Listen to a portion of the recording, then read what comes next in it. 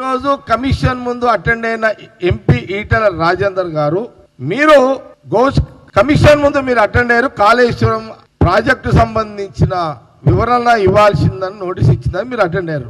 మీరు ఈ రోజు ఇచ్చిన కమిషన్ ముందు మీరు ఇచ్చిన రిపోర్ట్ ఏంటంటే కేసీఆర్ గారు ఎలాంటి అవినీతి చేయలేదు, అక్రమాలు చేయలేదు అని కమిషన్ ముందు మీరు క్లీన్ చిట్ ఇచ్చేసారు. మీరు నేను ఇప్పుడు కిషన్ రెడ్డి గారిని అడుగుతున్నా. కిషన్ రెడ్డి గారు మీరు అధ్యక్షులు, సెంట్రల్ మినిస్టర్, క్యాబినెట్ లో సెంట్రల్ క్యాబినెట్ మినిస్టర్, మీ తర్వాత బండి సంజయ్ గారు. నేను అడుగుతున్నా, ఈ రోజు కేసీఆర్ కి క్లీన్ చిట్ ఇచ్చిన ఈటల రాజేందర్ గారిని మాటని మీరు ఏకీభవిస్తున్నారా, దాన్ని సమర్థిస్తున్నారా?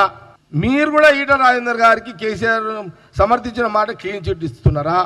మీ ఎంపీ బీజేపీ ఎంపీకి మీ స్టాండ్, బీజేపీ స్టాండ్ ఇదేనా? ఈటల రాజేందర్ గారు ఇచ్చిన కేసీఆర్ క్లీన్ చిట్ అని మీరు ఏమి కామెంట్ చేయకపోయినా BJP stand, Etela Rajender stand కట్టుబడి ఉందని మేము భావించాల్సి వస్తుంది తెలంగాణ కాంగ్రెస్ పార్టీ.